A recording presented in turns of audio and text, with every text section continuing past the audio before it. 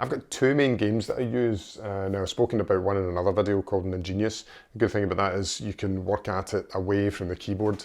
The interesting thing about Note Rush, which is the contrast if you like, is you can actually sit at the piano and use it, which helps you align that kind of, you know, where the notes are written on the staff and where they are in relation to that on the piano.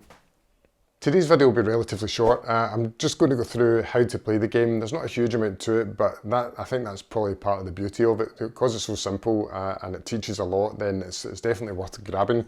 So let's have a look at it. The first thing you've got is to choose is the theme. I say you've got to choose a theme. You actually don't have to choose a theme, you can just leave it if you want. But anyway, it's one of the good things about it is that it's actually still maintained. Every so often what happens is a new theme becomes temporarily available. This is just one of the standard themes that we've got, which is Space. Then we've got a football one for the football fans out there. It might be good for the European Cup. We've got standard kind of manuscript, and then we've got this summer theme, which has just popped up recently on the beach. And back to the grass again. So let's go for summer, since it's summer. Well, it may be over in Scotland actually, but we'll soon see. The next thing you want to do is choose the difficulty level. Now, there's another button there on it. Now, across the top of the page, you can see we've got treble clef, we can do on its own. We've got bass clef, which we can do on its own, or we can do bass and treble clef. And that's, you know, that's really good, because what often happens is, especially for transfer students or people that are coming in that have maybe played flute before, or they've played clarinet or trumpet or something like that, they're really familiar with the one clef, like the treble clef. You maybe want to just try and spend a bit more time on the bass clef to try and bring that up, so you can really focus on that with this application. So if I just pick one, then you've got the 5 levels. We'll just go for bass and treble clef. You've got the 5 levels here, right? It tells you what the note range is, and you can choose one according to your skill level. Now, if you look at the very bottom, we've got this level designer, which is really good because the starter level uses this kind of middle C position, and the problem is a lot of books these days don't use that anymore. So quite a lot of books use like bass C down here and middle C.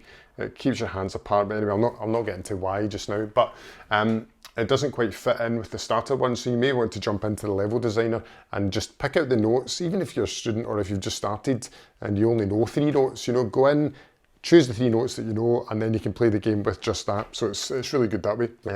So what happens is, I'll start a game in a second, but you pick your level, you then have to calibrate your instrument. So it's quite good if your piano's not been tuned for about 2 years because of lockdown or whatever, then you know, it'll calibrate to your tuning, and then you get shown some notes. You play the note on the piano. You can actually do this on any instrument. You play the note on the piano, and then it'll tell you whether, if you're right, it'll give you another note. If you're wrong, it'll just sit there.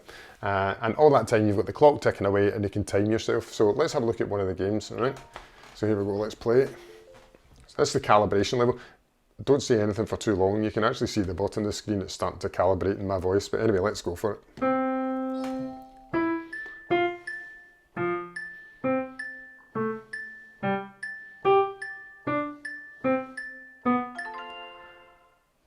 Okay, and at the end of that, you get, that was a huge amount of pressure to get that right first time. Anyway, at the end of that, you get a score. You get 1, 2, or 3 stars based on your time. You get told what your time is. If you've got a new high score, then yeah, you celebrate.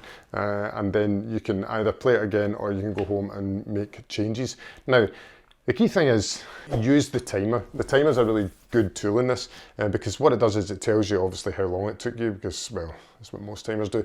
And then you can see, so if you did a treble clef timing and you managed to do that level in 10 seconds, and then you did a bass clef, the same level in bass clef, and it took you 25 seconds, then you know there's an imbalance there. So what you want to do is you want to work on, you know, the bass clef to try and bring that up to be as sharp as your treble clef reading, and vice versa, obviously. So that's all there really is to it. You know, as I said, the reason I've got an Ingenious is because it's good for away from the keyboard. The reason I use Note Rush is because it's good for being at the keyboard and just assigning where things are on the staff compared to where they lie on the piano. Anyway, if you've got any questions, if you've got any other note reading games that you think are good for learning recognition, then let me know in the comments below. And if you like the video, that would be great. And if you could subscribe to the channel, I would love that. Thanks again, and see you in another video.